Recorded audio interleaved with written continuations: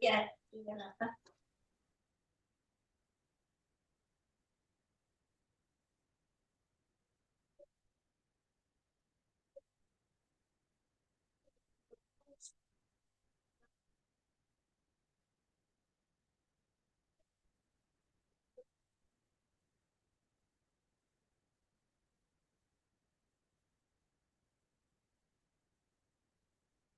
Mohon izin Mbak Ajeng, Kelly sudah hadirkah?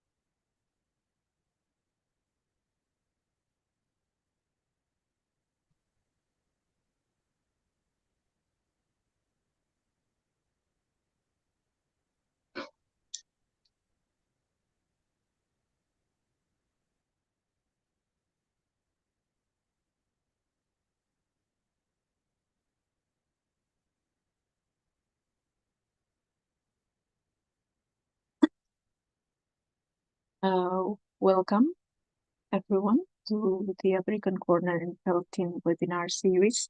Not series, just this webinar. We are aiming to start the seminar webinar at exactly 1:30. Kelly?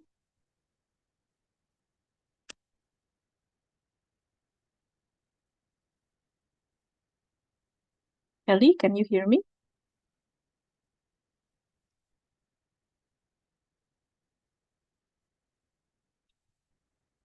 Aksal, suaraku kedengaran jelas nggak? Yes, Ibu. Baik. Terdengar. Okay, Kelly, can you hear me? I can see that you're still muted.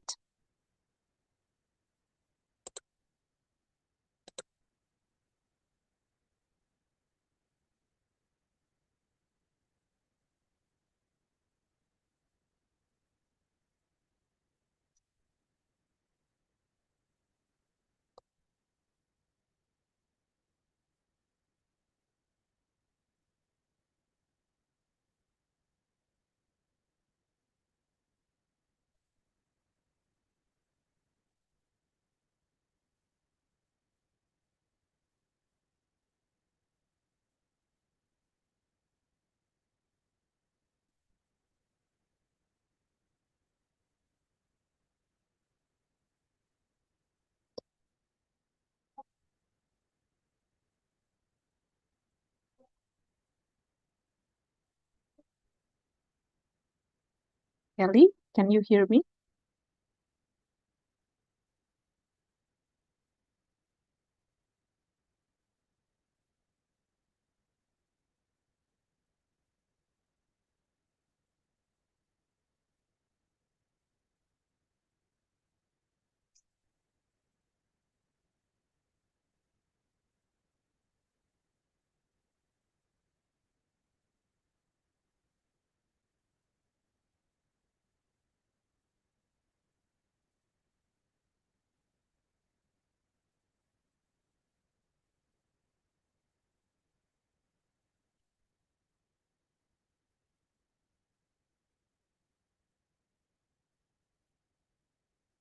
Kelly.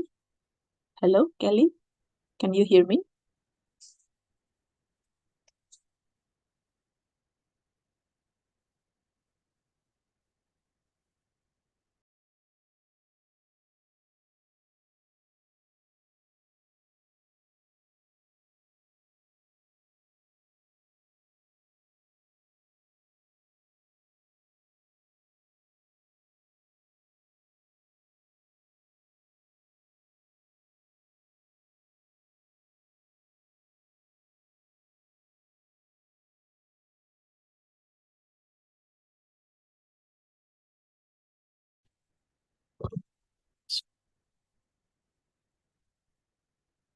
But now the camera is on there. So what will we do?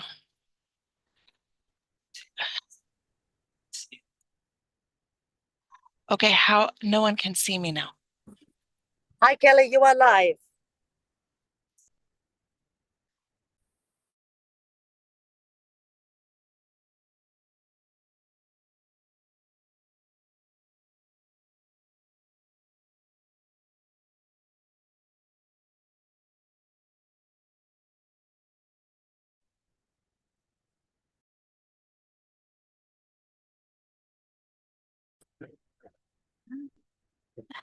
Okay.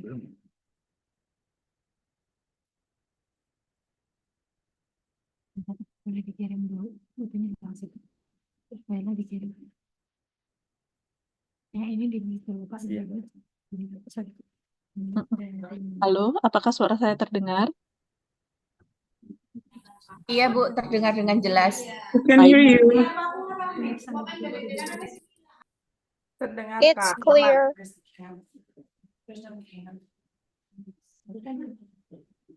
No, it says speaker. It has me.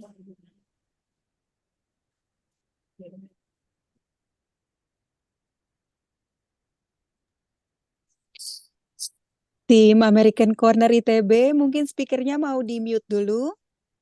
Kedengeran dalam masa persiapan ini. Terima kasih.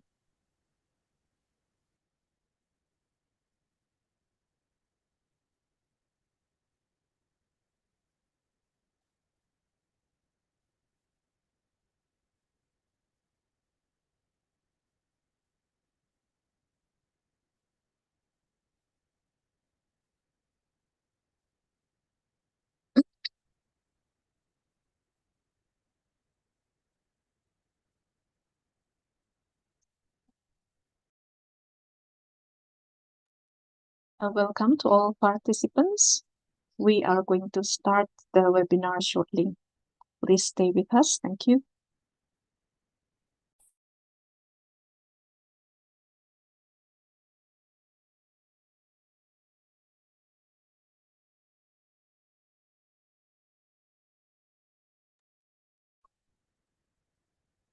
Yusnita, can you hear me?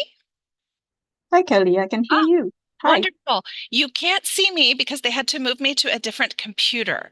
So I am no longer in the speaker view.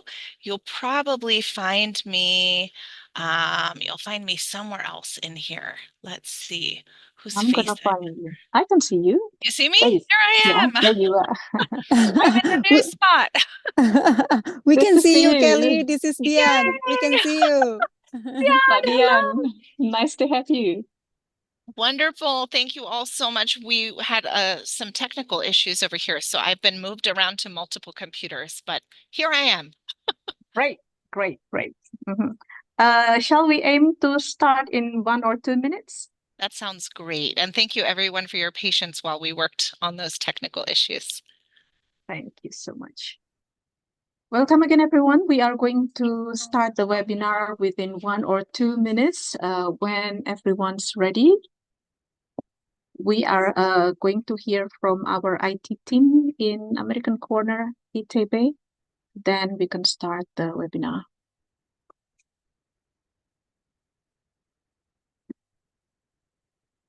Axel, if you can hear me, are we live streaming okay? Yes, our streaming is okay, and it's already live in our YouTube channel. Okay, could you please give us the link into the YouTube live stream so that we can give it to our participants? Thank you. Here, I already sent it to the group, our Okay. Pelton group. Right, thank you. All right, I think it's good for us to start right now then. All right. So everyone, again, welcome to our webinar this afternoon. Bismillahirrahmanirrahim. Assalamualaikum warahmatullahi wabarakatuh. Waalaikumsalam warahmatullahi wabarakatuh. Welcome to our webinar this afternoon.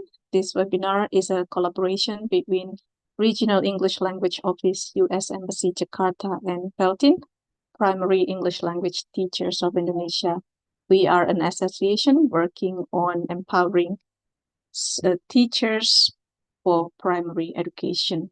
We also collaborate with the Balai Bahasa Universitas Pendidikan Indonesia. We are also very, very lucky to have collaborated with American Corner at the Institute Teknologi Bandung. Kelly is live in American Corner Institute Teknologi Bandung. I myself is located here in Universitas Negeri Malang, being your host for webinar this afternoon. Before we start our program, everyone, we would have Ibu Ruth, the Director of Regional English Language Office, U.S. Embassy, to provide some opening. Do we have Ruth in our Zoom room today? Ibu Yudznita, I believe Ibu Ruth I has... am here. Oh, there she is. I had to get in the back of a car because President Jokowi is coming to Bandung today. So I had to leave a little early to avoid the traffic. So I am here and happy to talk as would be helpful.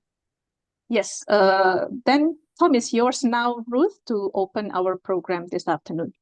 Over to you. Okay, well, please forgive the informal presentation. My name is Ruth Good, and I am the Regional English Language Office Director. I work at the U.S. Embassy in Jakarta, and my job is to support all the amazing English language teachers around Indonesia.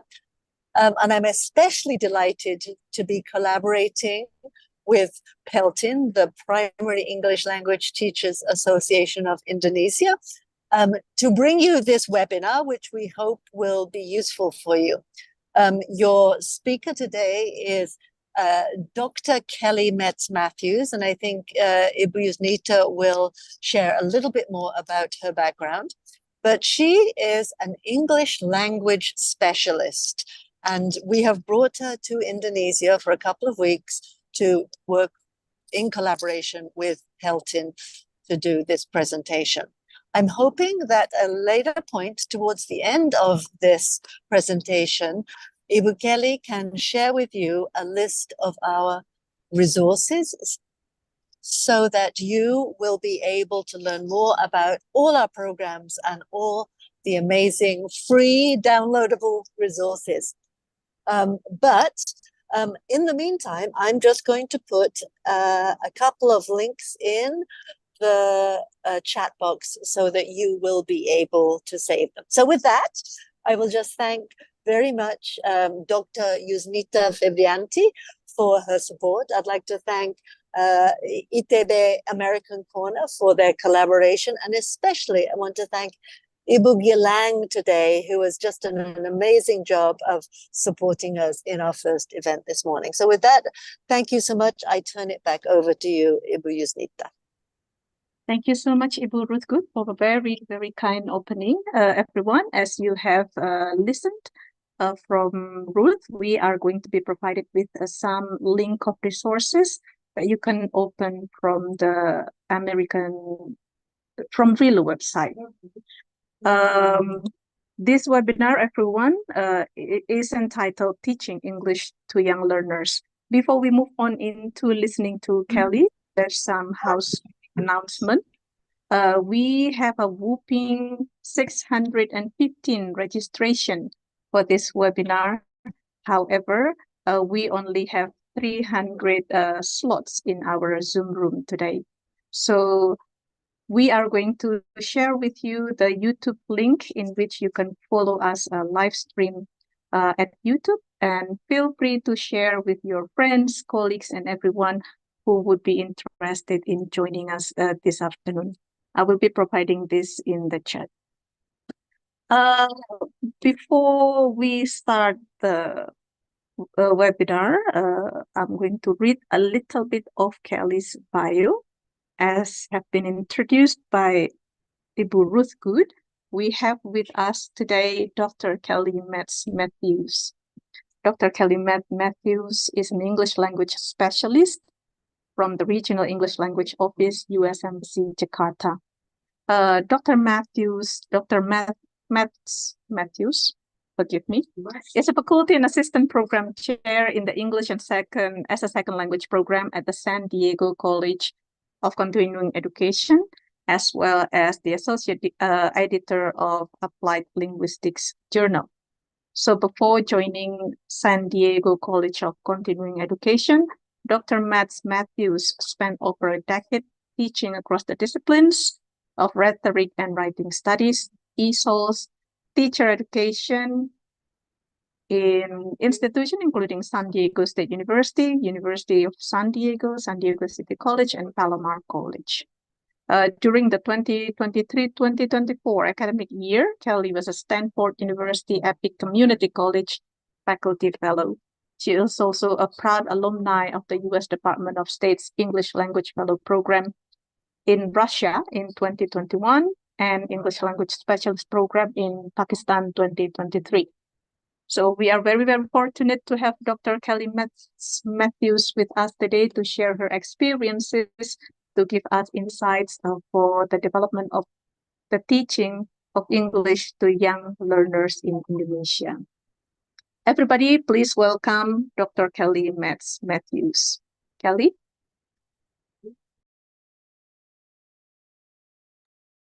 Thank you so much for that warm welcome, Ibu Yusnita. I appreciate you and all the work that Pelton has done to bring me here, and all of the work that the Regional English Language Office in Jakarta has done to bring me here as well. Thank you again to all of you for attending. I know you're taking time out of your day. You have many things to be doing the second half of the day, and you're here with me. So thank you very much, everyone, for having me. I am excited to dive into my presentation, so I am going to go ahead and share my screen. Let's see. I'm on a new computer, so they've just loaded this after our technical issues. And maybe, Ibu Yusnita, you can give me a thumbs up or let me know that everyone can see my screen. Wonderful. All right, so I am going to proceed through my presentation, but there will be a few times where I'm going to stop and ask you to reflect and think, and maybe even throw some things in the chat, maybe even come up with some answers on your own. I know you thought I was the only one who was going to be doing some work today, but I like to ask others to get their hands in the game, if you will, and so I'm excited to hear from you as well, and also to learn from you through this process. So as you heard, I will be talking about teaching English to young learners, although I think this is applicable to teaching English to any number of different age groups, including adults, some of the things that we're going to talk about today. So regardless of your particular teaching context, whether you're teaching in the primary grades, which is of course our focus, the middle grades, secondary education, or even adults, I'm hopeful that there is something that will be of value to you here today. So again, differentiating instruction and teaching integrated skills. These feel like two really different topics, and yet they're both critically important. So I am hopeful, again, that there will be something for everyone.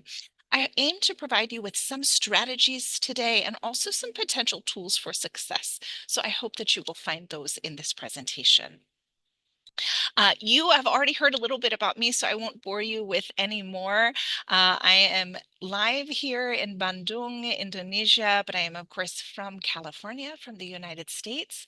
I actually live in San Diego, California, which is just at the very southern bit of California, north of Mexico. So that's a little bit about my particular teaching context.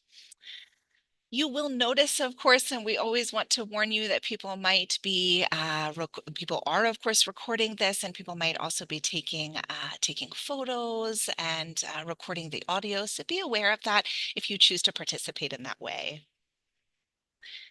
A little bit about our webinar in particular. I know you know that we're talking about English as it is taught to young learners, but I wanted to make sure everyone understands sort of the context of this particular presentation. So I have designed this webinar in conjunction with some feedback from Pelton. Thank you again to Pelton, who've been absolutely wonderful. But I've designed this to help educators address diverse learner needs in language learning contexts, but also to integrate the instruction of what we call discrete language skills. And if you're not familiar with those, if this is new to you, maybe you're a pre-service teacher, don't panic. We're going to talk about it. So we'll be talking about integrating discrete language skills in the classroom as well.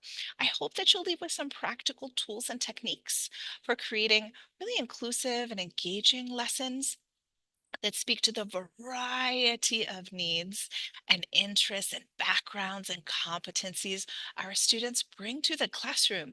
None of us teach the same student 30 times over in one class. Instead, we have 30 different students who bring just an array of different things to our classrooms. So I hope that we'll be able to talk today about how we support that full range of students and then how we integrate the skills that we hope that they will become more competent in over time. All right, first, we're going to talk about differentiating instruction. And I have to tell you, I thought long and hard about whether I would talk about differentiating instruction first or integrating language skills. And this is where I have landed. So you'll have to tell me how this works out for you sequencing wise. And if we ever do this again, that feedback will help me make it better.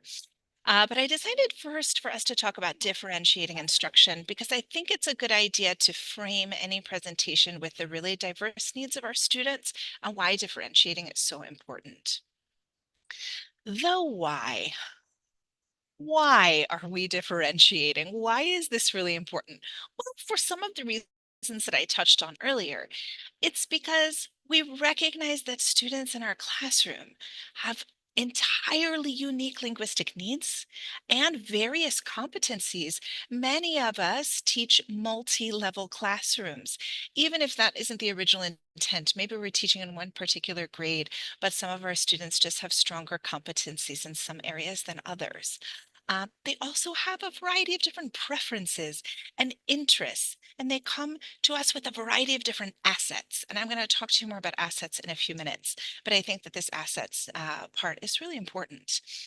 And of course, those unique needs and competencies and interests and all of those things, they demand that we respond accordingly. So if we are going to teach effectively and responsibly and ethically, we have to respond accordingly to the variety of things that our students bring to the classroom. That is meeting our students where they are and supporting them where they are, not just meeting them, but supporting them. You heard me say assets, and you heard me also say that I thought it was really important, and I do.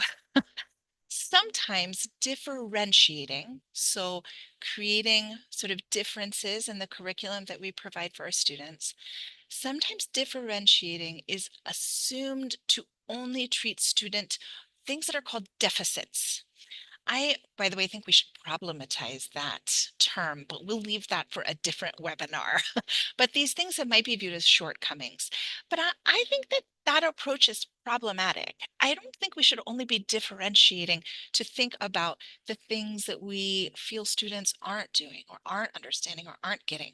We also want to differentiate to leverage the strengths, to capitalize on the strengths, to honor the strengths, the assets of all of our students. So differentiating helps us support students who maybe need additional supports and additional what we would call scaffolds, but differentiating also helps us leverage the variety of strengths that students have.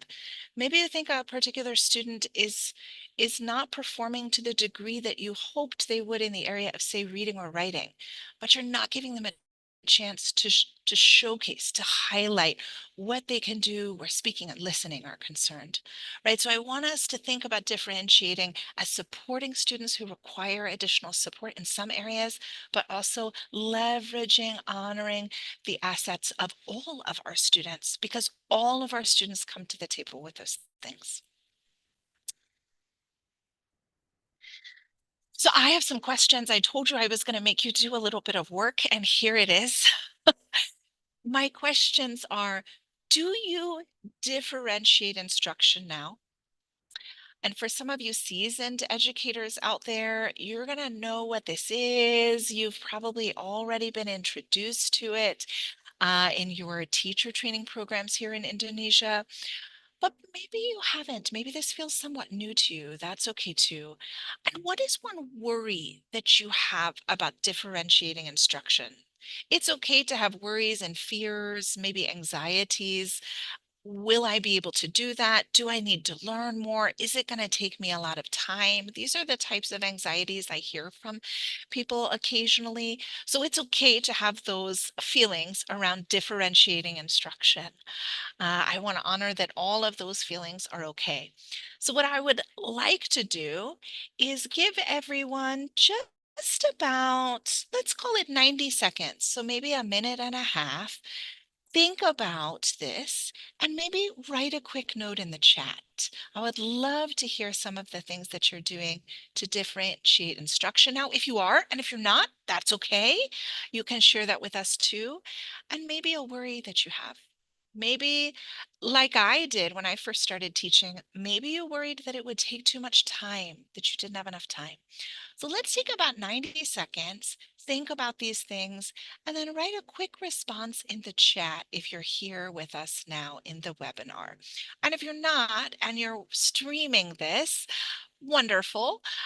Take some notes, jot this down, think about it, and brainstorm on these questions on your own. I'll go ahead and mute myself so you can think and type, and I'll give you about 90 seconds, everybody.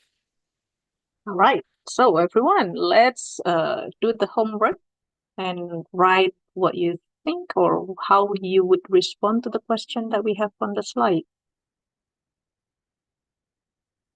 You can write your answer in the chat box. Apa ini teh?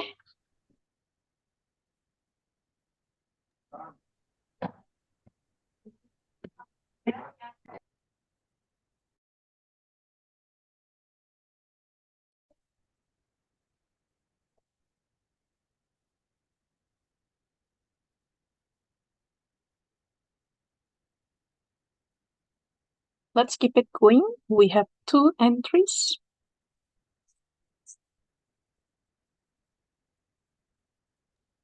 Got my timer going over here. Glad we're seeing a few things now. I'll wait just a little bit longer. I did a presentation on wait time and think time last week, and so I want to give you that.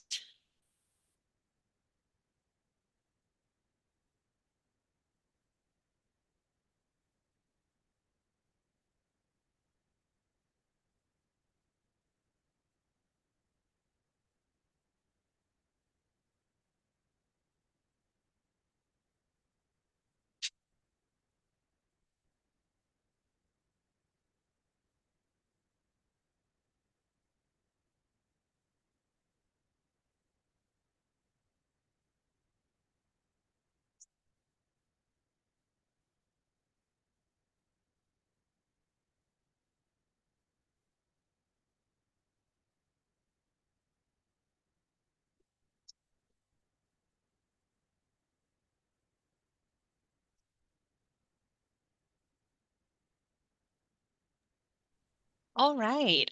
Lots of responses in the chat. Thank you all so very much. Some of the things that I am seeing is afraid of the classroom management aspect of this, of having to navigate many different things at once. I certainly understand that. The time is coming in here. if you will, and one of the latest responses was if you will actually meet the learning objectives, and that really resonates for me. That's something I think about sometimes too. A lot of people talked about providing different levels of tasks. And again, I'm not looking at all of these, but these are just some of the things that I'm seeing here. And I'm seeing that differentiating is challenging, and it can be challenging. And that's why I hope today is going to be helpful for all of you. Limited time, I'm seeing there a lot. Limited time. Teaching is teaching easy or hard? I asked a group that this morning and they all said hard. Um, Teaching is wonderful. Teaching is fun, but teaching can be challenging, right? I think we have someone who is not muted. We'd appreciate you being muted, please. Thank you. Thank you Thank so you. much. That's okay. That happens. Um, Teaching is fun and exciting and rewarding and all of the things that we love, and that is why we do this job. But that doesn't mean it's not challenging. It doesn't mean there aren't long days, and it doesn't mean we don't put a lot of effort into what we're doing. And it doesn't mean that sometimes we're not a little fearful of how we will perform and how we will do something. Do we have enough time in the day? So those are really reasonable feelings to have. So again, thank you all so much for sharing that. Let's move forward. Uh, the goals of differentiation. So why do we want, like, what are our goals? What is the purpose here? What are we thinking of? Well, our goals sort of come back to the why, right? We know why we start something, the root of that, but what are our goals? Our goals are, again, to meet students where they are and to treat them as whole individuals, right? Not just one individual that has one competency on this end and is really struggling over here. We're not seeing a student as a struggle, as a deficit, as someone who has mastered one thing but not another. They're whole, holistic human beings, right? Um, and then to maximize their learning. That is always our goal. That's why we do this job. We want to maximize their learning, their opportunities to learn in response to their individual needs and all of those assets and everything else that we talked about earlier. And so many things that we haven't said here today. So many wonderful, diverse aspects of our students.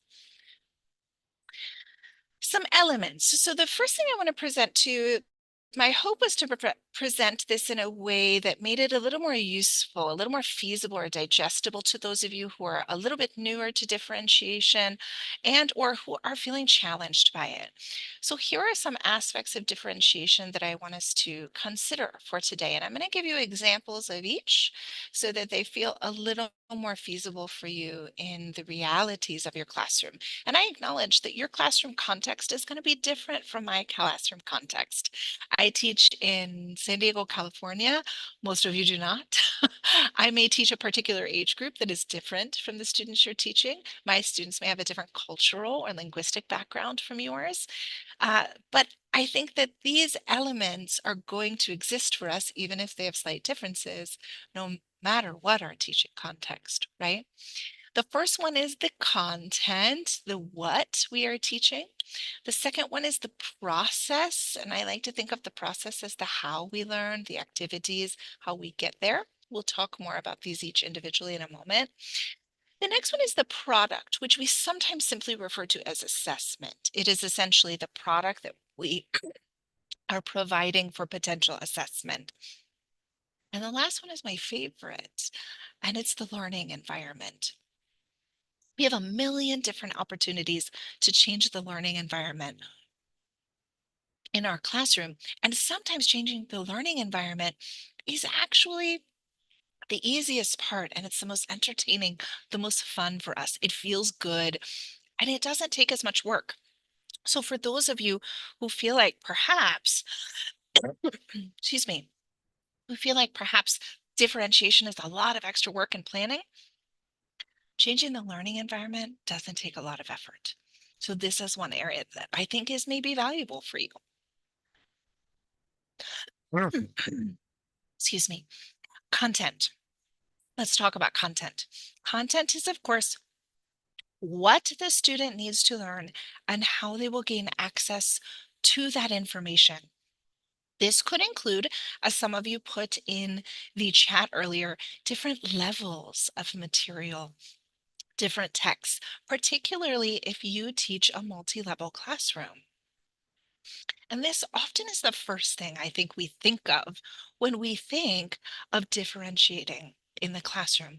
We think of content, but there's more. Some examples of content differentiation.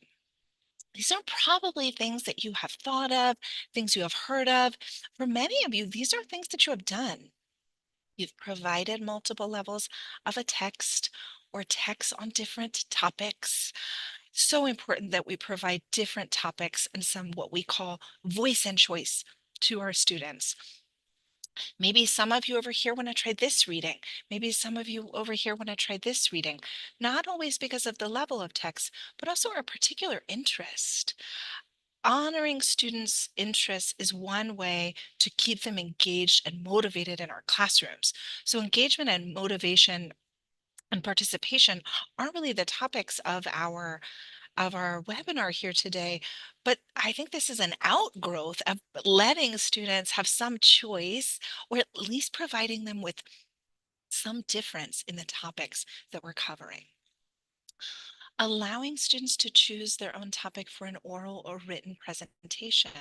Students can still meet the learning outcomes of a particular course. Let's say it's a writing course, or let's say even it's an integrated skills course, something we're going to talk about shortly, and still have some choice in the topic that they might be presenting on.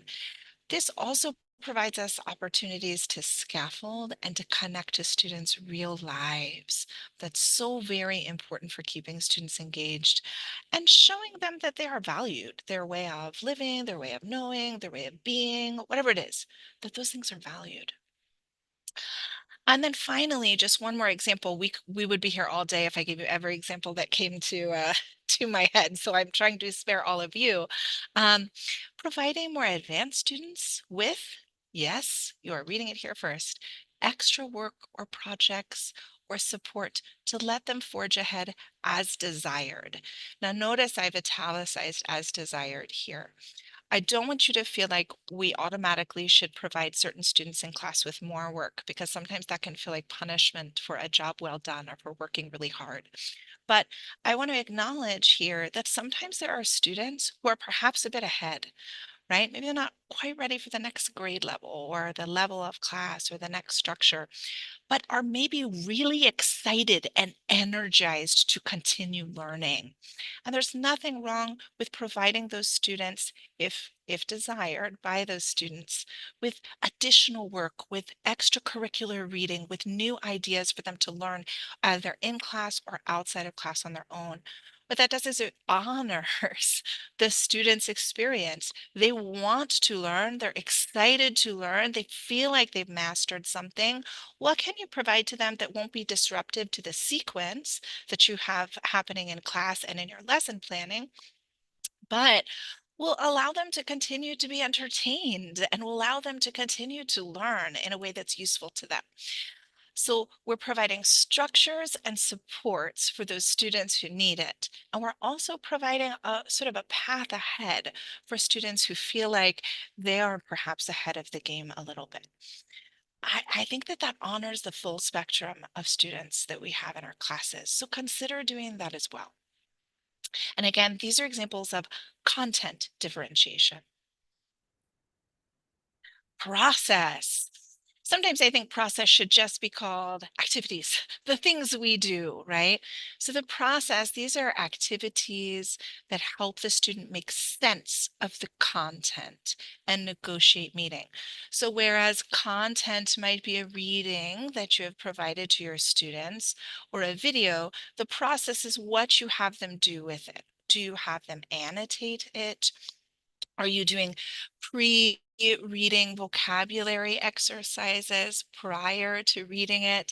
And then you have some during reading and some post-reading activities that they're engaging in. So this is all about the process itself, how it's occurring. I think this is probably the thing that people think of second when they think of differentiating. that they'll provide a variety of different activities, and that's a really good start. That's a way to do this. Let's look at a couple of other ways. All right, so some examples of process differentiation might be, it might be to mix up learning modalities in the same unit or lesson. Maybe you have an opportunity to provide some things in a sort of a visual component of the course, or a visual unit or a module, and you have some other things that you have the ability to do in person. Maybe you're thinking about students are taking a certain amount of work home and you want that to be in this modality or context, and what they do in your classroom is not. You can decide what that means for you, but mixing up those learning modalities can be really useful inside of the same lesson. We don't want to see sort of half of half of the year we do this one modality and the other half we do another. There might be good reasons for that, but that's not really differentiation. We want to see it regularly inside of similar or the same units and lessons.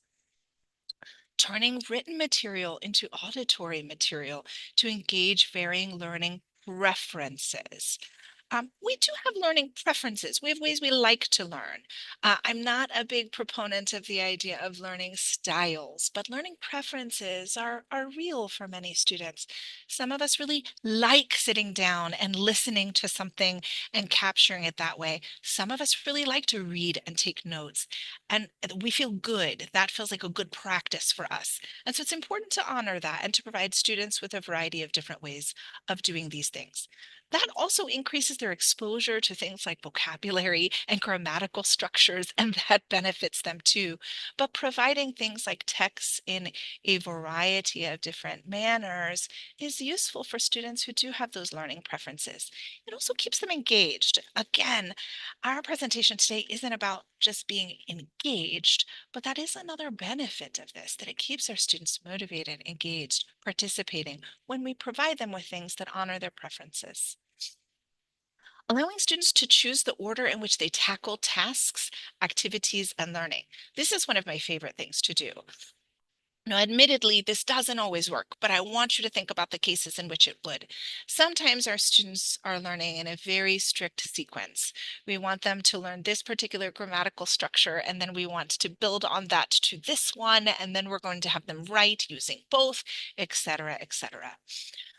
And in those cases, this may not work, but there are other cases when we have practice or production activities for our students in language learning contexts. And those activities could potentially be finished out of order, right? They're practice and production activities. They're not always building on one another in that sense. So we could give students a variety of different activities and say, hey, um, we're going to do a lot of practice and a lot of talking today. You have to get all of these done. Here's your checkbox. Do them in the order that feels best for you. Let them look at the list. Let them decide which one they want to practice most before they go to the next, and engage them in that way. It again honors their preferences, but it also might help them in the learning process. They might know one of those particular activities is going to be really hard for them. So they're going to tackle it first to get it out of the way. And that's going to make them feel better and keep the affective filter low, right? Their sense of risk and anxiety in the classroom low. Or they may decide, hey, that one really hard practice activity, I'm going to put to the end because honestly, I want a little more practice along the way before I do it. So this may not always work depending on how you're structuring and sequencing a course, but it can work. And when it does, I think it's really beneficial. Once again, you're also showing students that you honor the way they would make decisions in their own learning, that learner autonomy is critically important. Next, individualized plans for students based on their needs, their interests, their desires, their competencies, and also their cultural paradigms. They may have some really important things to share with you that they've shared personally or via a survey, for example, that you've given them. So take that information to heart when and if it is possible, and individualize a plan for them. And then, of course, you can always flip the classroom. Flipping the classroom is a really great example of process differentiation, and how we change the method that students typically expect to learn in. And that can be very useful for many students. Again, these are just a few examples, but hopefully these spark some ideas for you, or perhaps these are things you've done before. And if so, I look forward to learning more about that as we go. All right, so product or assessment. I don't really have a preference as to whether this is called product or assessment. If you talk to different people, they will all have a preference. I really see this as the final product that allows for assessment. And so these could be projects, for example, or products, a written product, an oral presentation, some type of cumulative product that essentially asks the student to demonstrate their learning so that assessment can occur. In some more formalized context, this might look like an exam, right? A very formalized essay. In other less formalized contexts, this might look like a student performing really well in a group conversation and meeting the student learning outcomes. Maybe there's some particular grammatical outcomes for that conversation, and you're simply taking note of these. So they don't have to be big and formalized. They can also be smaller, but they're the way we're measuring the outcomes, our student outcomes. Are they able to do the thing that we aim for them to be able to do? And how close are they to being able to meet that?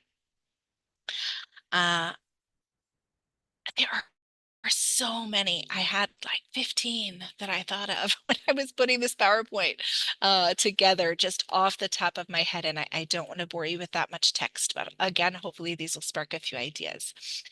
Allowing students to choose how they will demonstrate their learning or work. So, for example, this maybe you've taught them a grammatical structure and you want to know that they've mastered that particular grammatical structure.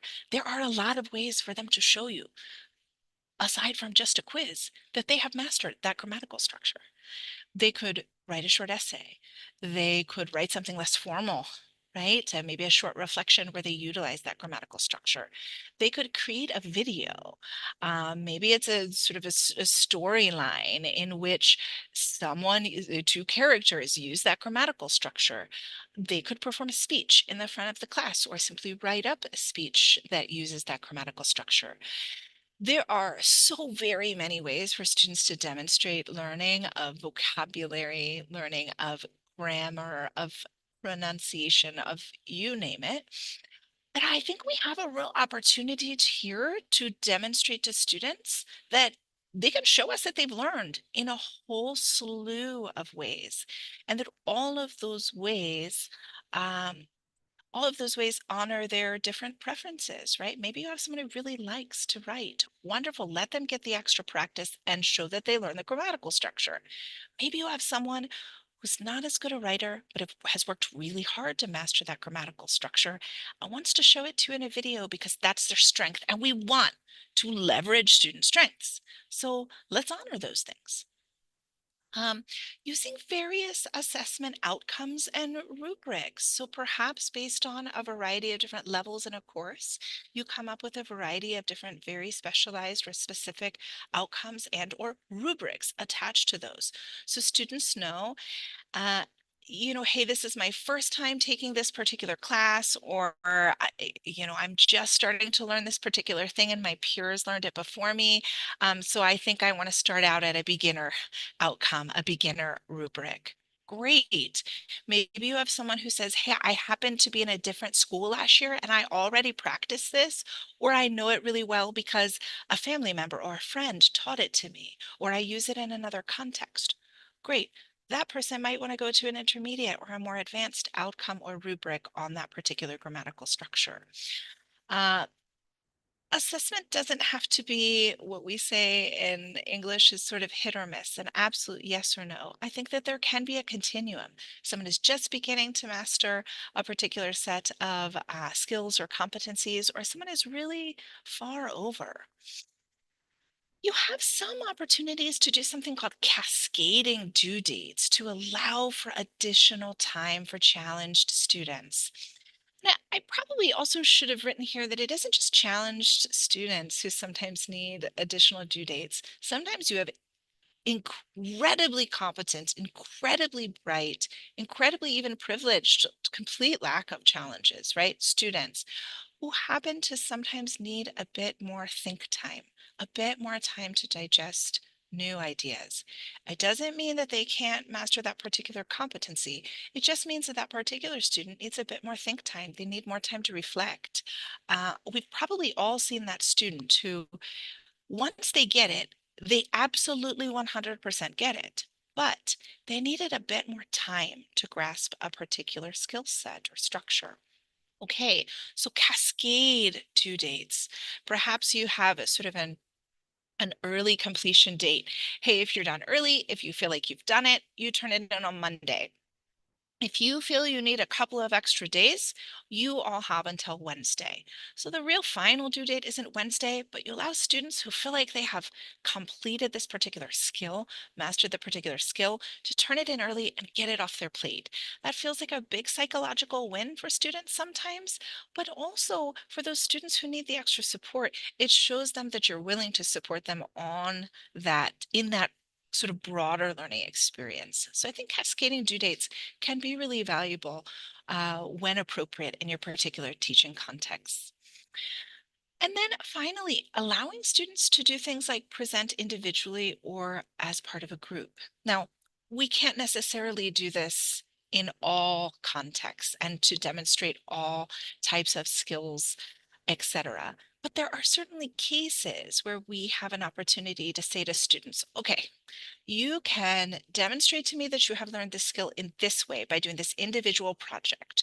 Or those of you who are interested in working with others, you still have to do as much work. I still expect to see the same amount of work, right? I still expect you each individually to demonstrate in some way that you have contributed to the whole, to the group, but you can showcase that you have learned this as a group.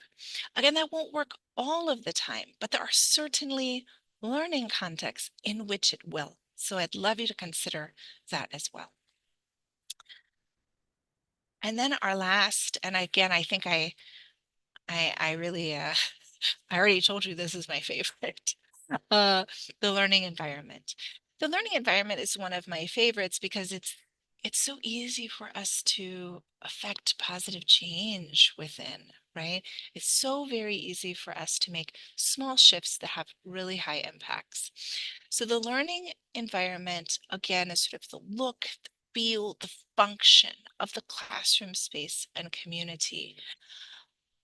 What does that classroom feel like when you go in? What routines and structures are there that help students? Routines are incredibly powerful. They save us time. They cut down on the cognitive load that our students experience in our class, sort of the brain power that they have to put out, and hours. And I don't know about you, but I love to decrease my own cognitive load a little bit occasionally. So this can help us as teachers. But again, sort of the feeling, the environment, the comfort level of a space. And I don't just mean that you have lots of resources to make a particular room look or feel nice. This is more about the atmosphere, the feeling of safety, the feeling of a lack of risk.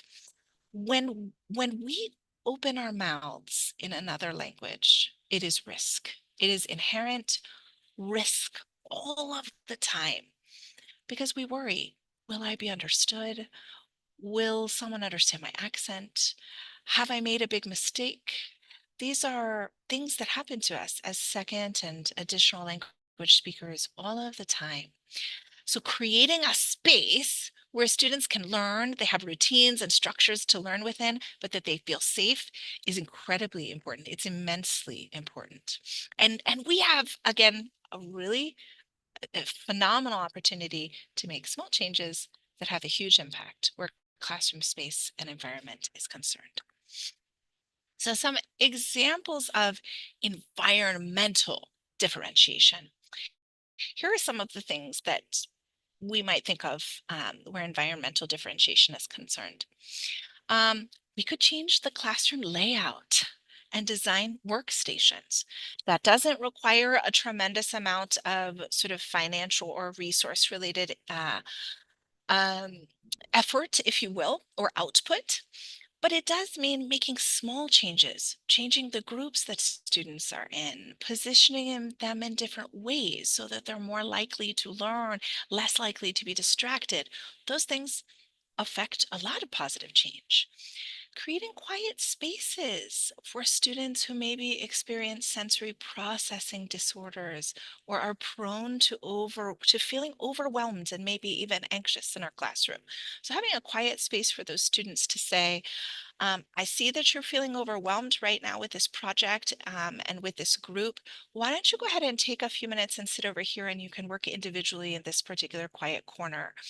Um, with adults, it's really easy for us to do that. With children, I think we have a lot of opportunities, even if it isn't quite as easy. So with adults, I can say to a student of mine, why don't you go ahead and take 5 or 10 minutes and sit down and relax outside the class? It's no problem. With children, that's harder because we can't necessarily allow them to leave our classrooms. But we can create those quiet spaces where students know I have a space that will work for me, and I can sort of, uh, I can lower my own anxiety, right, by sitting over in this other space. This is one that I love, and I sometimes need to offer myself. I need to be kinder to myself and offer these brain breaks and extra think time for students.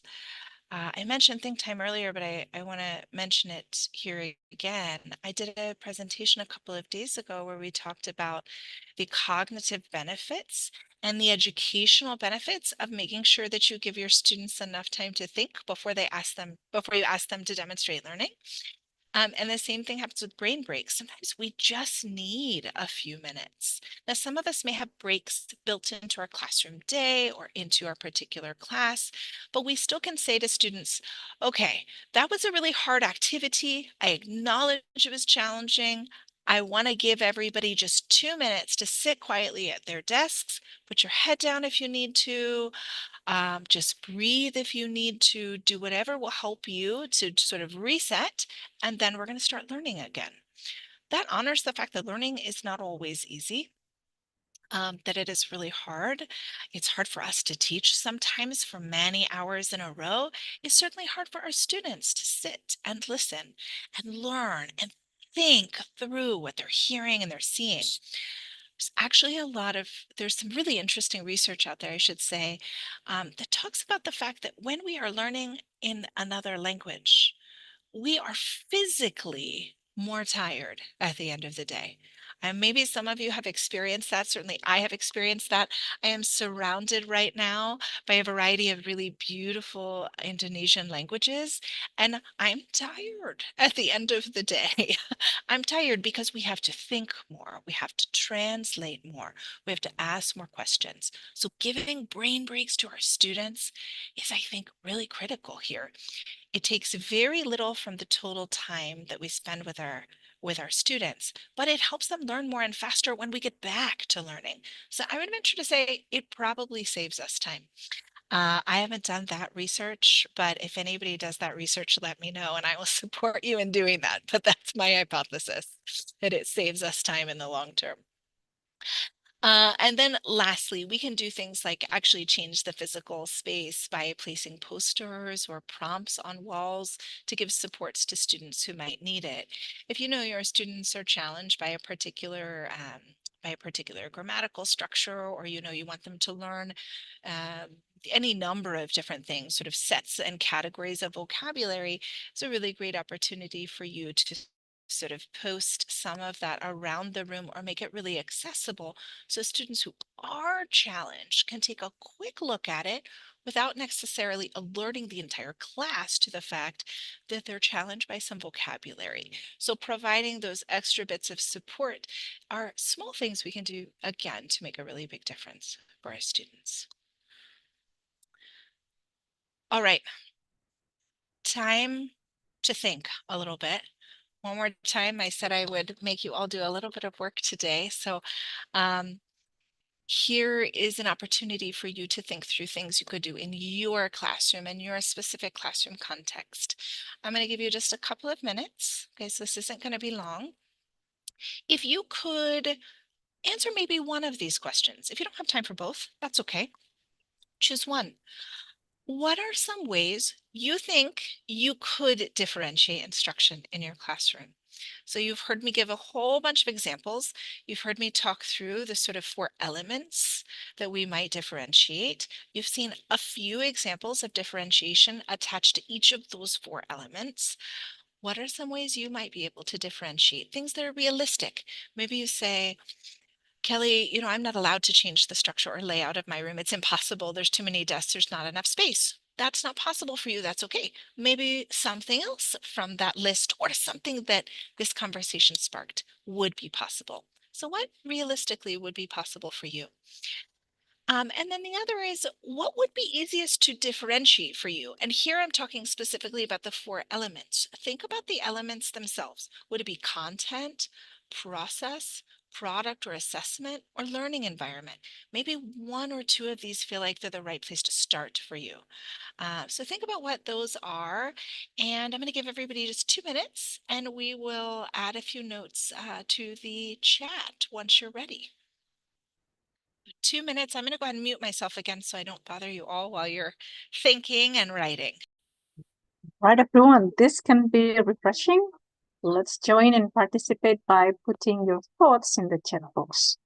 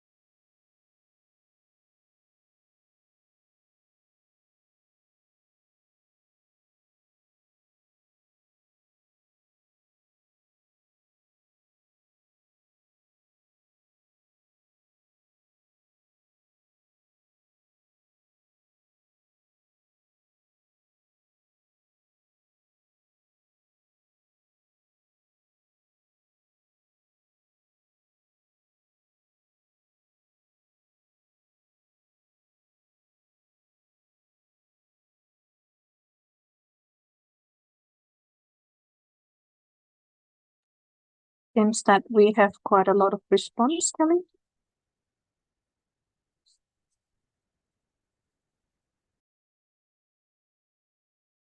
All right, we're almost done with our 2 minutes, but I'll go ahead and start looking through. Well, I already started looking through these. I was sneaking through them.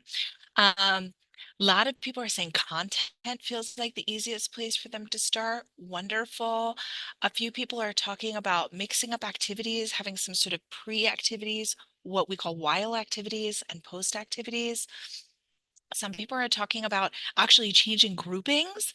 I love that. Changing partners, having students work with new individuals in a class. That's a great example of changing, in some ways, a little bit the process because it changes who you're learning with. It might change how you actually conduct something, conduct the learning or negotiate meeting, but mostly it's environment. So I think that's really great. Gosh, I feel like you're all experts. Really, really great ideas in here. So a lot of people are talking about content. I see content and product. Just phenomenal. Thank you all very much for taking the time to do that. I hope that even though I'm not going to go over every response in the chat, I hope that you're learning from one another. Maybe this is giving you some new ideas, some of the things that you're seeing in the chat. All right. What do you say we move forward? How are we feeling? Um, all right. So the results. We talked earlier about the sort of the why and the goals, but what does the research tell us about all of this? How does this actually impact students? And I think it's really important to acknowledge and dive into those things as well. Students learn more and better when we differentiate instruction. And there's a fair amount of research to this end. So students are learning more and they're learning better. They experience less fear and anxiety. And remember earlier, I talked about the fact that learning in a second language is hard and it's a sense of sort of risk that we experience anytime we open our mouths or anytime we write, anytime we try to produce something. So decreasing that sense of fear and anxiety is hugely important. If you ask me what makes the biggest difference in a class, I'm always going to say the teacher. And does the teacher create a sense of calm and a sense of community and a feeling of sort of safety, if you will? So we want to decrease this fear and anxiety. We also know that in contexts where instruction of any type, again, of any of those four elements is differentiated, that students are actually more likely to ask questions. And that, I think, probably matters to all of us who are teaching a lot because we can't know what is in students' heads unless they come out with it. So we want to decrease that fear and anxiety so that they come out with the questions they have. We might have 5 students or even 10 students who have the same question in a class, but we don't know because no one is speaking up. And so if our students are more likely to ask questions, we have the ability to answer and to serve other students in that class by answering either publicly or maybe making a quick change. Oh, that student didn't understand that particular thing. Oh, I can see where that might have been confusing. Let me go over that with my students one more time. So that helps make us better at our jobs, helps us hone what we are teaching. Students also show fewer disruptive in-class behaviors. Now, I know those of you who are teaching young learners often will tell me that you're very challenged by those in-class behaviors. And actually last week I did a talk on how we disrupt some of those things, how we can mitigate them, how we can support students who might be sort of labeled as disruptive. And I think we do that in a variety of ways. We make them feel safe. We honor what they are bringing to the classroom. But when we do these things, we have fewer disruptions in our class to start. So we can bring these wonderful strategies and techniques for dealing with classroom management and disruptive students to the table, but we have less need to really even use them when we differentiate instruction. So what I hoped to show you here is that some of the things that I've suggested to you here today, differentiating using those four elements, at the very least, sort of dipping a toe in the water, we might say, just trying something out, testing it out. You have those four elements. You also have been given a variety of different sort of examples. Those are not the only ways to do it. Those are things that popped into my head. But you obviously have lots of wonderful examples yourselves. But those things lead to this. And this can make a big difference in our students' lives and in their experiences in our classroom. And dare I say, selfishly, for us as well, because it allows us to hone our lesson planning, to be more sequential in the way we work, to serve our students better, and to gain professionally from what we're doing. So I think that the results here are, I suppose, what we'd say winners, right? At least from my perspective, and I hope that you agree. All right, so does this all take extra time? I have to acknowledge that it can take extra time. It can take extra time and effort.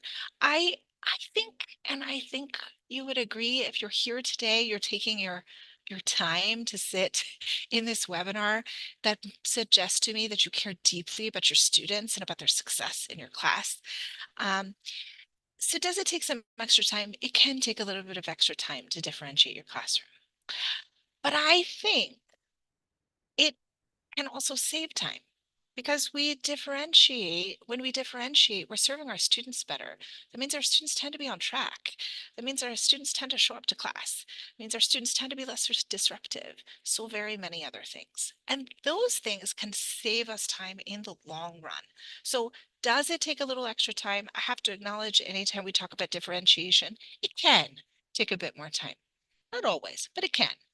But I do believe it can save us time in the long term. And is it worth doing? Absolutely worth doing.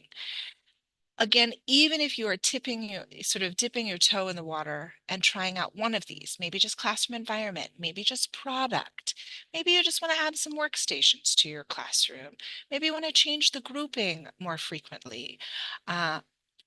These things are worth doing because they support our students and they serve our students' long-term educational outcomes, and they make teaching in the long term more successful for us. So a little bit more time? Yes. Worth doing? 100% yes. All right. Everybody, brain break. How are we doing? Do you need a brain break? How are we feeling? Maybe do we have some thumbs up? Let's do it. You might like to share your emojis if we are Ah, good to go. give me a Let's little, refresh give me a and have some sign. emojis coming up. Great. I'm happy to hear that you are ready to move forward. Yeah. All right, wonderful. So, Wonderful. all Shall right, we? we I think we shall shall. go on. Yeah. We shall. So, Thanks, everyone. Let's just go on. all right. Um, Thank you once again. Let's talk next about teaching integrated skills. So we've framed this with why it's so important to talk about the diverse needs and assets and skills and competencies and cultural paradigms of our students. But next, we want to talk about what some of these things look like in practice when we get to the actual classroom and we have to deal with the very real, discrete language skills that come into play in our instruction. So teaching integrated skills, my friends. All right. I think most of you know this, but since some of you here today are pre-service teachers and some of you are very new to teaching, I thought it was really important to go back over the foundation of this. There are broadly believed to be four sort of commonly known discrete language skills. There are some other language skills that sometimes you see often making their way into school districts, things like presentation, interpretation, and some other things. But we're largely going to be talking about from a TESOL perspective, so teaching English to speakers of other languages, what the sort of widely accepted discrete language skills are. And those are, of course, reading, writing, speaking, and listening. Maybe what we could do is, while I continue forward, throw in the chat your favorite of the discrete language skills. Throw that in the chat. What is your favorite one for you to teach? Anything at all? I'm just going to tell you mine is either speaking or reading, and I can never decide. You ask me on a Monday, I might say reading. A Tuesday, I might say speaking. I don't know. One of the two. It seems a lot of people are saying speaking, Kelly. Speaking, exciting. All right. I'll be interested at how many people say writing because I usually feel like that has the smallest number. All right, so these are our discrete language skills. Um, what skills are you teaching most often in your classroom space and why those skills? So this is something you can take a moment also to put in the chat. You might have your favorite, so you have your favorite, you have the thing you really love, but which ones do you teach most often in the English classroom space and why? I'd love you to think about that and maybe put it in the chat, and I'll actually talk through, instead of giving you some quiet this time, in the interest of time, I'll talk through um, why I'm curious about this, mostly because sometimes we are guided by things like textbooks, right? And those can be very helpful. They're anchors in our classroom. And so I'm so glad we have them. But sometimes our students say to us, but teacher, I just really need speaking practice, or I really need to get better at grammar, and so I want writing practice. And so sometimes we change what we're doing because we know our students have a desire for a particular thing. And that's okay too, right? So I want to honor that there are different ways to think through this. Let's see what these are. Writing, speaking and listening, learning. Wow, an absolute variety in here. Really interesting. All right, so I want us always to think back and interrogate why we're doing what we're doing. What is the purpose of what we're doing? So what is integrated skills teaching? You know the discrete skills, reading, writing, speaking, listening. Integrated skills teaching is focus on more than one, is basically taking the time to focus on more than one skill at once. And I'm going to give you some more specifics about that in a couple of minutes. But it involves essentially the components of language that also provide support for the acquisition of discrete language skills. What does that mean? It basically means these other things out here: vocabulary, grammar, pronunciation, and more. Those things all serve the skills of reading, writing, speaking, and listening. So when you teach in a way that honors an integrated skills approach, you're also integrating frequently things like vocabulary, things like pronunciation, things like grammar, even spelling, and more. The opposite, and I just want to provide this framing for you because you might see it in writing, if you're reading sort of academic textbooks or journals, or even if you're at teaching conferences. The opposite is called the segregated skills teaching, or the segregated skills approach. And that is essentially teaching one thing at a time. Maybe you're teaching a writing class, or maybe you're teaching a speaking class. I know I have taught segregated skills before. In the United States, it used to be very common to teach via a segregated skills approach. So we would teach all reading, or all writing, or all speaking, or all listening, etc. Okay. Language as skills framing. I would be remiss if before we moved forward, I didn't acknowledge that the idea of language as skills is super useful. It's very useful to us in helping lesson plan and hone our classrooms.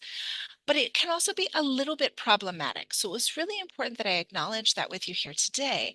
And that's because the framing of language as skills only, right? Um, it makes something that is actually really complex and often cultural seem merely like a skill to possess. And it's never really that simple. So I want to at least acknowledge that. But for our purposes here today, talking about language skills is very helpful, right? For you, when you're planning a lesson, talking about language skills can be very helpful. I tend to think of skills as really complex competencies, right? Complex things that we get really good at. I present them as a means toward, okay, so in the direction of cultural and linguistic competencies, so mastery, rather than possessions.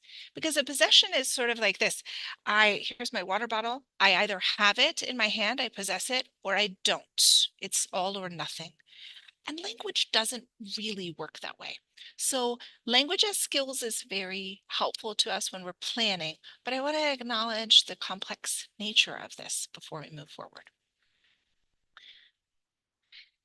So why do we integrate the skills? Why is that beneficial for us and our students? Well, for some very concrete reasons. The first reason is when we integrate skills, it mimics the way we authentically learn and use language. And I have another slide on that in a minute, so bear with me and I'll get to it. It helps students build communicative competence, right? And communicative competence is important. Yes, students want often to improve their reading and writing and listening skills. But what many of our students have said to us all over time is, I want to be able to speak and I want to be able to be understood. It motivates students by adding variety to their instruction. I think this really matters. One more time, I think I've said it 3 or 4 times already. This presentation isn't about engaging or motivating students, except that these things by default do engage and motivate students. So that is a really important benefit to this. And integrating the skills, the discrete language skills, provides more and deeper learning and instructional opportunities. It allows us to think through things like interpretation and representation and presentation in other really unique ways. It lets us go deeper with our students. Some other advantages. So now we're getting a little bit into the research, right? So you know, hey, why would I invest my time in doing this for my students? Students report higher levels of engagement satisfaction. We chatted about that a little bit. Students develop stronger competencies. They get better at all of them, right? And students are more likely, and this is very important, to retain what they have learned because it is anchored in more contexts and associations. I gave a presentation this morning on vocabulary retention strategies, and we talked a lot about word associations. And when you see two words that come together, they're connected, you're more likely to remember not just one of those words, but both of those words because you see it in context with the other. And so we have more opportunities for that when we teach integrated skills. I mentioned earlier I was going to talk about authentic communication. This is one reason that integrated skills work is so very important for all of our classrooms. If your student or you or anyone is going to a doctor's appointment, they're probably going to skim or maybe scan, depending, a form, and then they will fill it out. So first they're going to read and then they're going to write. They can't write before they read. Otherwise, it's going to be a disaster and they're going to fill something out on the form wrong, right? In a conversation with a friend, we listen and then we speak, or vice versa. Maybe we speak first and then we listen, depending on who is taking what turn. I want only to illustrate to you that it is extremely rare that in our actual real lives, we only use one skill. In fact, it's kind of rare that we only use two, right? We're often using 3 and 4 skills over the course of any particular day or any particular hour. So it's really important that when we teach in that very same way. All right, an important note here. This is a question that I am frequently asked. What happens if a course or a unit or a lesson focuses primarily on one skill? Okay, even when it does that, the others can and should still be integrated. So let's say you have a mandate to focus primarily on writing. For example, your students' test scores in writing, they really need to come up. You've talked to your school principal, or there's some other reason that there's a particular skill set you really, really need to focus on. Okay, you can do that. You can focus primarily on one skill and still integrate the others through, say, let's say you're going to focus on reading. Maybe you integrate some vocabulary pre-reading activities or a little bit of note taking when a student is actually reading the text that you provided them. Or maybe after the fact, you have some comprehension questions that are discussion based about the text that students have just read. Now you've integrated a whole bunch of skills, right? You've integrated a whole bunch of opportunities for learning. You're still focusing on the reading, but you have integrated these other skills. So I think it's very important to note here that even let's say, and this happens to me frequently, we have a few classes where we offer at our institution that are segregated skills classes. I taught one that was reading. And this is what I did. It didn't mean that there was no conversation or no vocabulary. It didn't mean that there was no listening. It doesn't mean that we ignore those other things. It just means we perhaps focus on one thing primarily and the others exist on the periphery, but they support the primary language skill. The point here I would make is it doesn't need to be 25% listening, 25% speaking, 25% reading, 25% writing. It's never going to be equal. That is okay. You don't have to aim for it to be equal. Aim to learn aim for your students to learn the things that are connected with your student learning outcomes. And you can get there in an integrated skill manner. Okay, a couple of other things that I want to share with you before we start wrapping up here. Integration happens mostly in the planning, right? In the planning and process stages. Remember, we talked about process earlier in this presentation. Integration happens mostly there in the planning of your lessons and in the process category, so the activities themselves. I want you to think about planning lessons with a variety of components, right? So not just a single reading. So take the example that I just gave you a few minutes ago. Let me sort of flesh that out a little bit for you here. Instead, think about the process here. So what activities would you offer? You could, for a reading activity, maybe one text that you really want your students to learn, or maybe that text is in your textbook, right? So it's anchored there. So it's something you really want them to read. You could offer them some pre-reading vocabulary, right? Maybe a preview of the vocabulary that they're going to see in the reading. Maybe then you have some pre-reading discussion questions with a group. So they're working with a group, they're practicing speaking and listening, but those questions scaffold to the reading that you're going to provide. Then you provide two types of text. One is a standard text. Maybe one is an audio, maybe one is a read aloud, and maybe one is sort of a podcast recording, or maybe it's on video, or you play a recording, right? Then you have the actual reading, and you have what's called a cloze activity, where students are taking notes and filling something out, ensuring that they understood and comprehended their learning as they go. The fifth thing might be something like a group comprehension activity with a task. And then you might follow that with a short written or even artistic project to demonstrate learning. I love art projects as a demonstration of learning. And I think we should all be thinking about integrating those more. But what you will see here is you have in this one lesson that is essentially a reading focused lesson, right? Reading focused. You have speaking, you have listening, you have reading, and you have writing.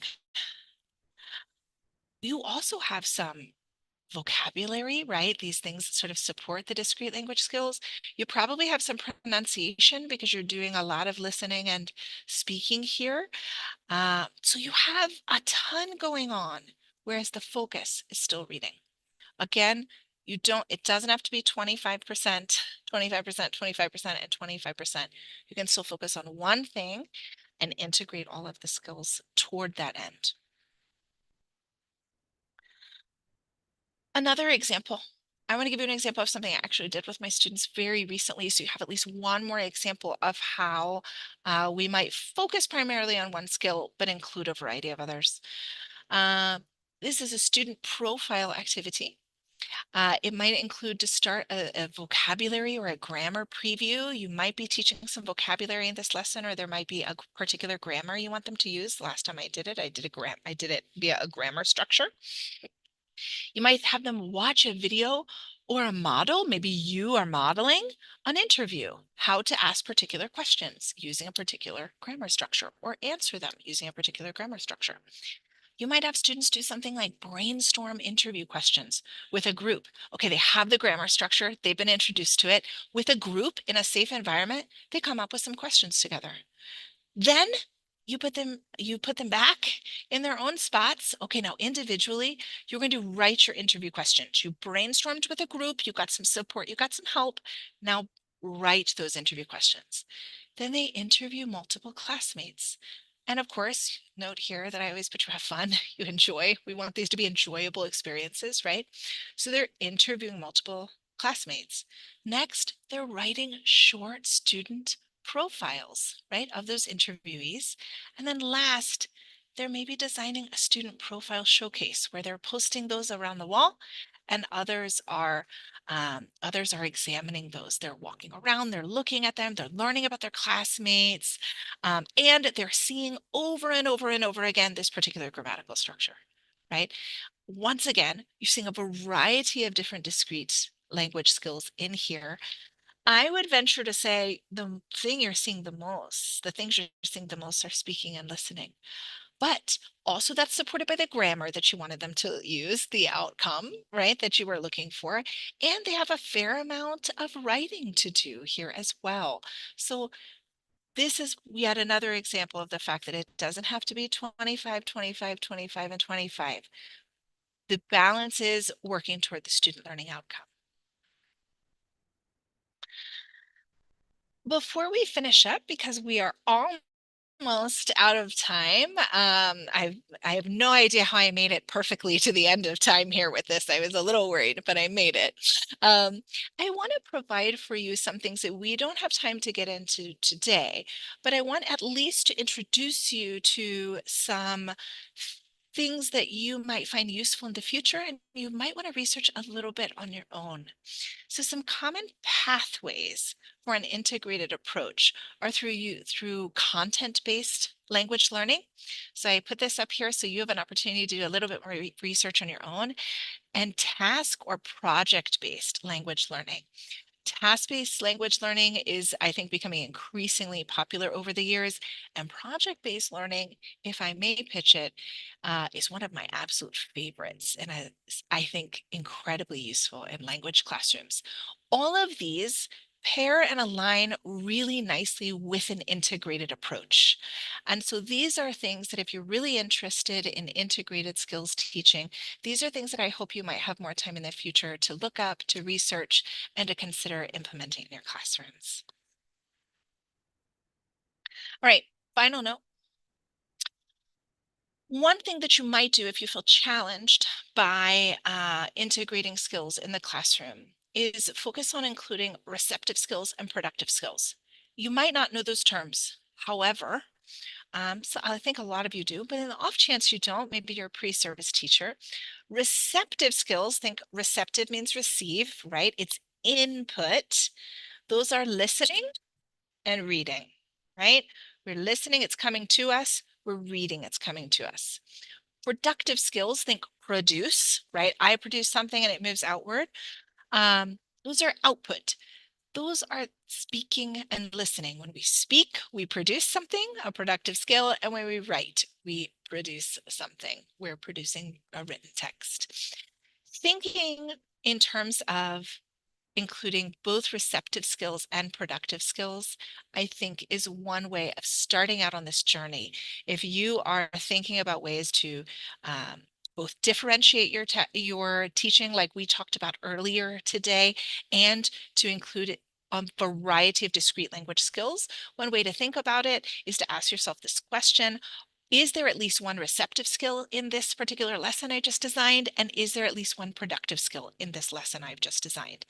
I like to think if you have two, you have the minimum and you are integrating the skills and you're allowing students to get different types of practice. All right, my friends, we have spent almost an hour and a half together. Once we got through those couple of technical issues, again, bravo to you for making it through that. We integrate skills because it supports our students' experiences and their learning outcomes. It helps us get to the learning outcome that we desire to get to, and they desire to get to too. Our students want to be successful. We don't have to focus equally on all skills, but should incorporate more than one in an authentic way. And we want to focus on planning and process, right? Focusing on planning and process is, I think, a really good place to start. So these are some things that we have talked about here today. I would love to give you, we have 5 minutes left, but I know we have some closing remarks. So I'd love to give you 1 minute to think about something that you learned today that maybe you can take back to your classroom. Maybe it's a term that you sort of knew about, but you didn't know the actual term that fitted with what you were doing in the classroom. Maybe maybe it's an idea that this sparked. Maybe it's something you read in the chat that you thought was a great idea from one of your peers. But maybe we can all just take 1 minute and throw in the chat something that we learned today that we might take back to our classrooms. All right, everyone, it's time for reflection. I actually have some people saying nice things in the chat, Kelly. Some people say that it's a good way for them to reflect. That's a good one, really.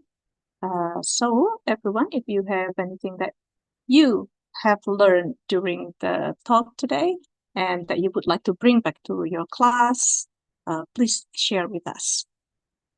If it's okay, then I would read one reflection that is made by our participant today, Kelly.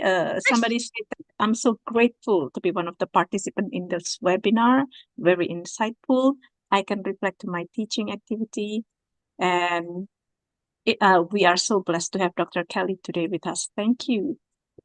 Very, very nice Thank you. presentation.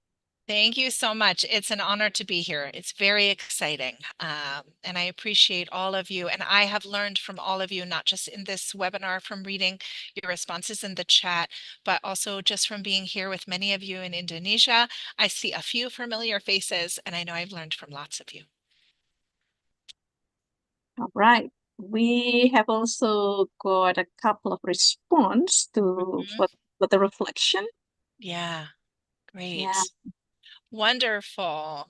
Oh, such wonderful comments. Thank you all very much. Right. And we actually have a couple of questions, Kelly. Are we going Great. to answer them? If we have time, I'm fine with that. I'm happy to. I'm not sure how much time there is, but maybe we can squeeze one in. We can squeeze a couple in if we extend to 10, 15 minutes, maybe, hopefully. By the way, are we done with all of the slides, or would you like to I conclude? think we are. Yeah. Let me go ahead and share my contact information. So you have that up on screen. You can do a quick screen grab or jot it down, and then I will stop sharing. All right. Yeah, I have to climb up a little bit up there to find the questions. By the way, everyone, why don't we give some emojis to appreciate what Dr. Kelly has presented for us? A show of emojis, please. Big round of applause. Thank you. Thank you so much. I think a lot of people find it very useful and helpful to be in the webinar today. Wonderful. I'm so glad to hear that. All Great. right. See, before we go into the question, another statement of appreciation from one of our participants, Kelly. I agree with the example provided for the product or assessment differentiation. I have found that many students struggle with tasks because they are very demanding and rigid. They're not given the freedom to decide how they should approach them. However, there are many ways to assess students differently to see if they have met the learning objectives. Thank you for sharing with us. Thank you. And now I think I can start reading a couple of questions. Sure. First question. If the students' knowledge are limited due to the upbringings and their environment, how do we make them choose the topic by themselves? Should we put some topics first and let them choose based on the choices? Or should we arrange for them? Which one is going to be better? Great question. I mean, I think you have a couple of options. The first thing I think you could do would be to sit down and talk with them, maybe do a quick survey. Maybe I know you're new to my class, or I know you've had a couple of struggles lately, and I really want to support you because I think you're an amazing asset in our classroom. What are some things that you like to do outside of school, right? Take a few minutes to get to know that student. If you don't feel like that's possible, maybe the student is particularly shy, or maybe the student isn't ready to have those conversations, that's okay. We never press students on that front. You could, in that case, provide a variety, as you suggested, I think, in your question and statement, maybe one that is related to, and I'm just making this up here, food, one that's related to sports, one that's related to a famous person in Indonesia right now, one that is related to some other potentially common hobby, and let them guide.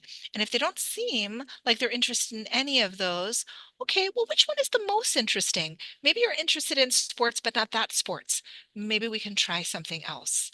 So I think that we first question them while making them feel safe, not pressuring. But then second, we provide them with a few limited options and see where that goes. Let them sort of direct that. They might find something they love from that sort of those limited choices, but that might also just give you some additional insights into the student. Great question. Beautiful. Yeah, that question was from Rizky. Rizky, do you want to shout out and say something about this response? Or do you want to throw in an emoji for Dr. Kelly?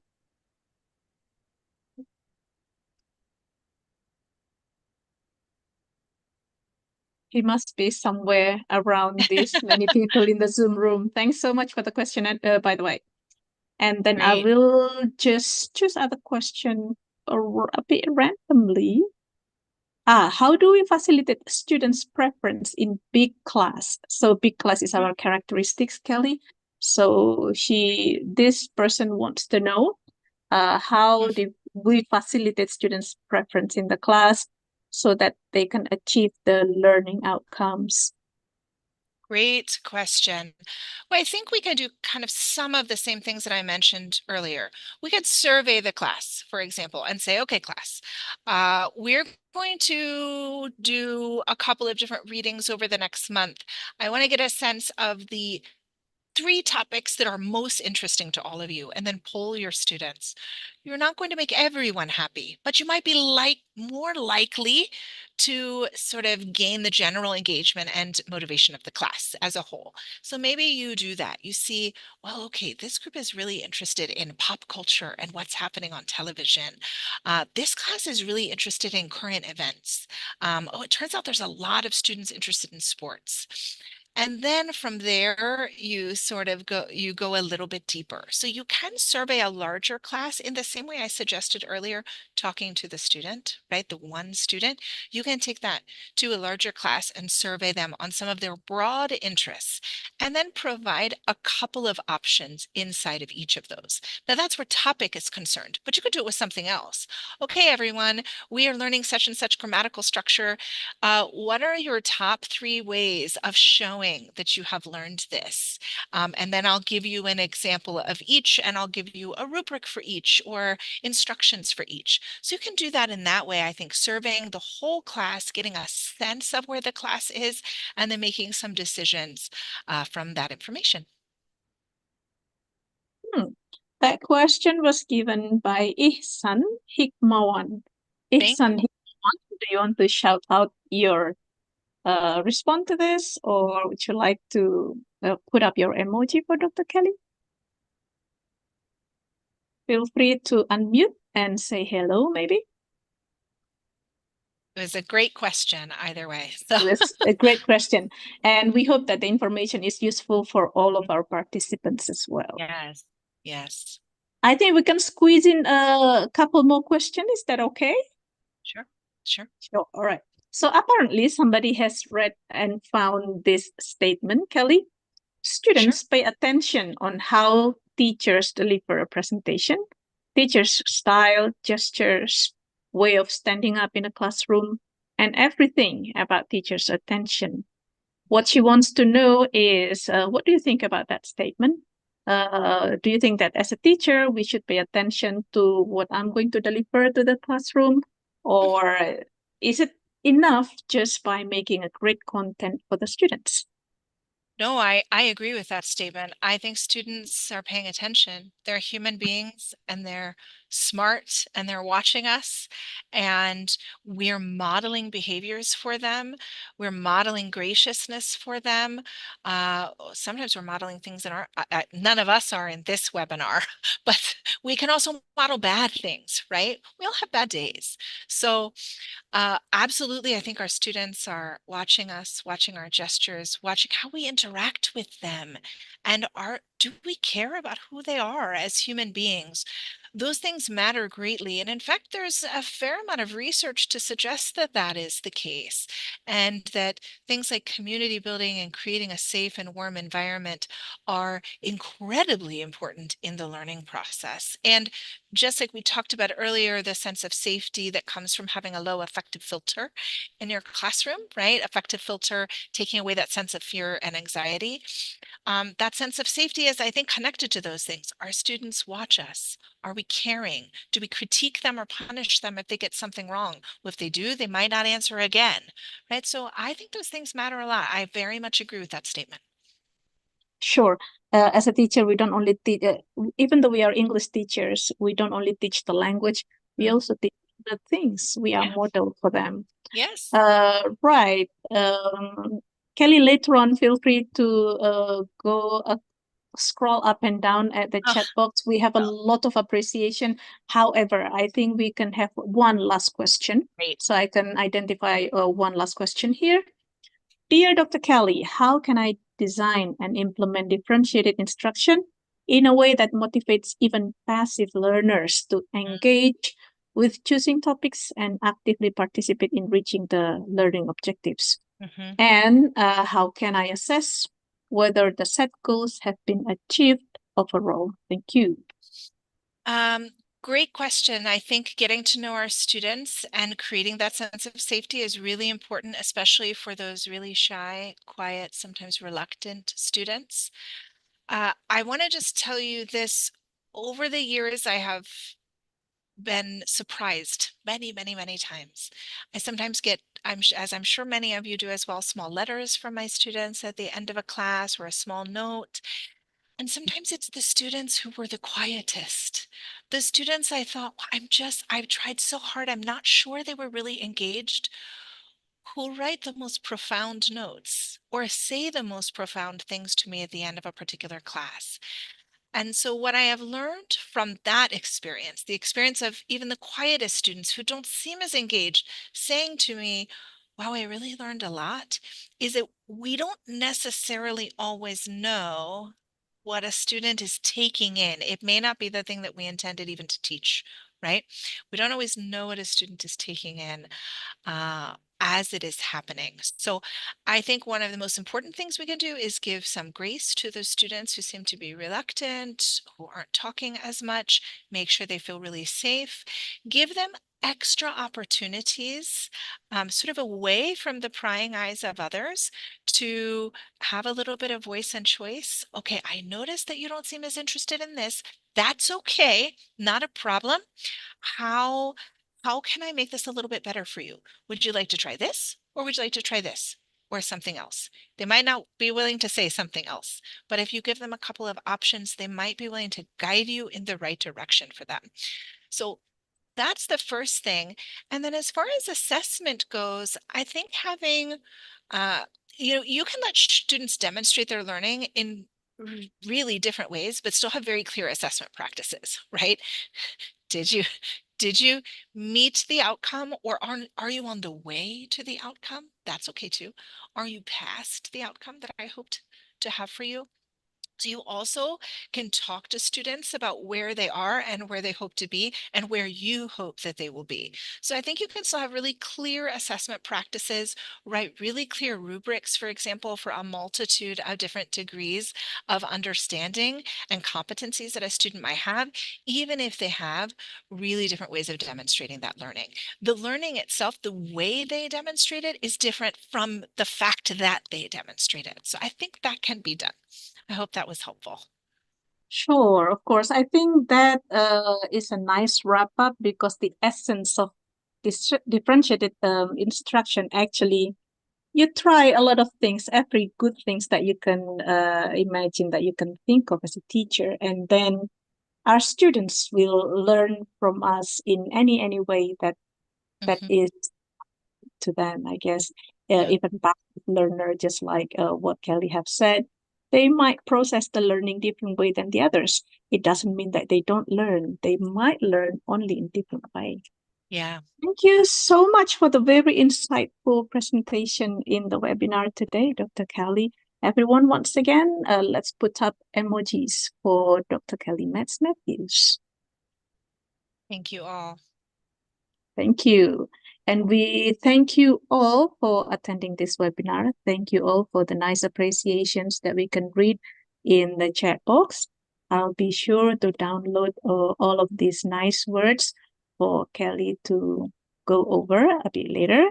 But for now, we have time limit, and that's it for our webinar today. Thank you so much, Dr. Kelly Metz Matthews.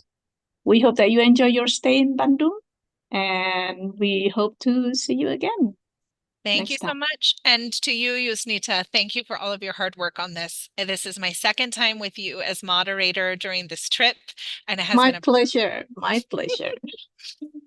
thank you so much. Thank Thank you, you so everyone. much. Okay. Before you go, everyone, Axel from Peltin Indonesia, would you like to take pictures of all of our participants? Yes, of course, Ibu Yusnita. Yeah. So Please lead everybody, us for the picture. Thank you. yes, please, everyone, all the participants who can turn on your camera because I will take the screenshot of today's webinar. Okay, I will wait for a few seconds to everyone to turn on your camera. Okay, there are 3 slides. I will take the first slide first. Okay, 1, 2, 3. Okay, second slide. 1, 2, 3. And the last slide. 1, 2, 3. Okay, finish. Ibu, back to you again, Ibu Jisnita. Thank you. Right.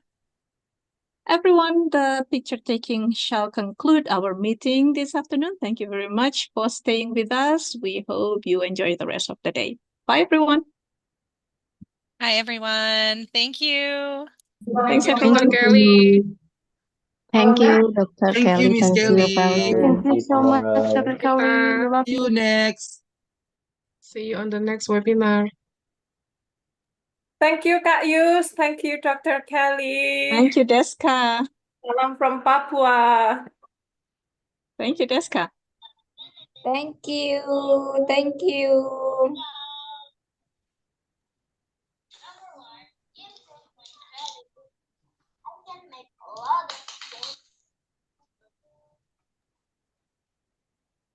Thanks, everyone. Axel, Reload team, Peltin team, everyone, thank you so much for the hard work Yes, today. Ibu. I think we can close the session right now. Sure, Ibu, but Yeah. the host needs to stop the live stream from their Zoom meeting.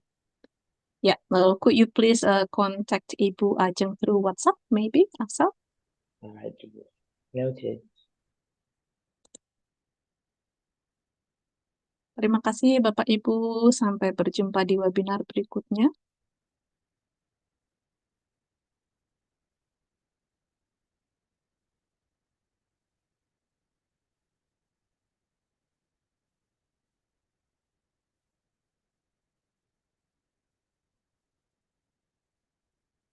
Teman-teman yang di Amkor, terima kasih banyak atas fasilitasnya untuk siang ini.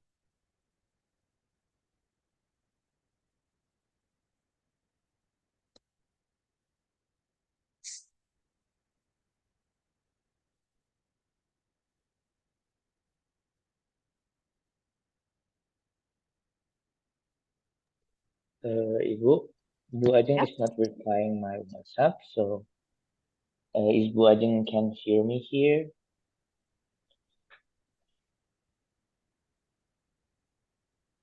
I don't think so. Teman-teman IT di Amkor ITB, apakah ada yang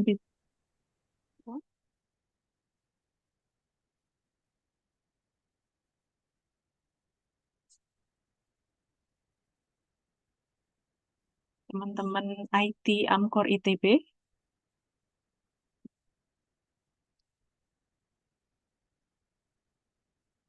Mohon maaf, Axel bisa diulang tadi keperluannya apa biar saya bisa sampaikan ke Yes, Ibu. Bu Ajeng dari American Corner-nya karena tadi hostnya balik lagi ke sana, jadi harus di stop live streamnya dan juga recording Zoom-nya lewat komputer sana. Oke, baik. Jadi untuk mematikan live stream dan menutup Zoom-nya ya. Iya, Ibu, betul. Baik, aku sampaikan.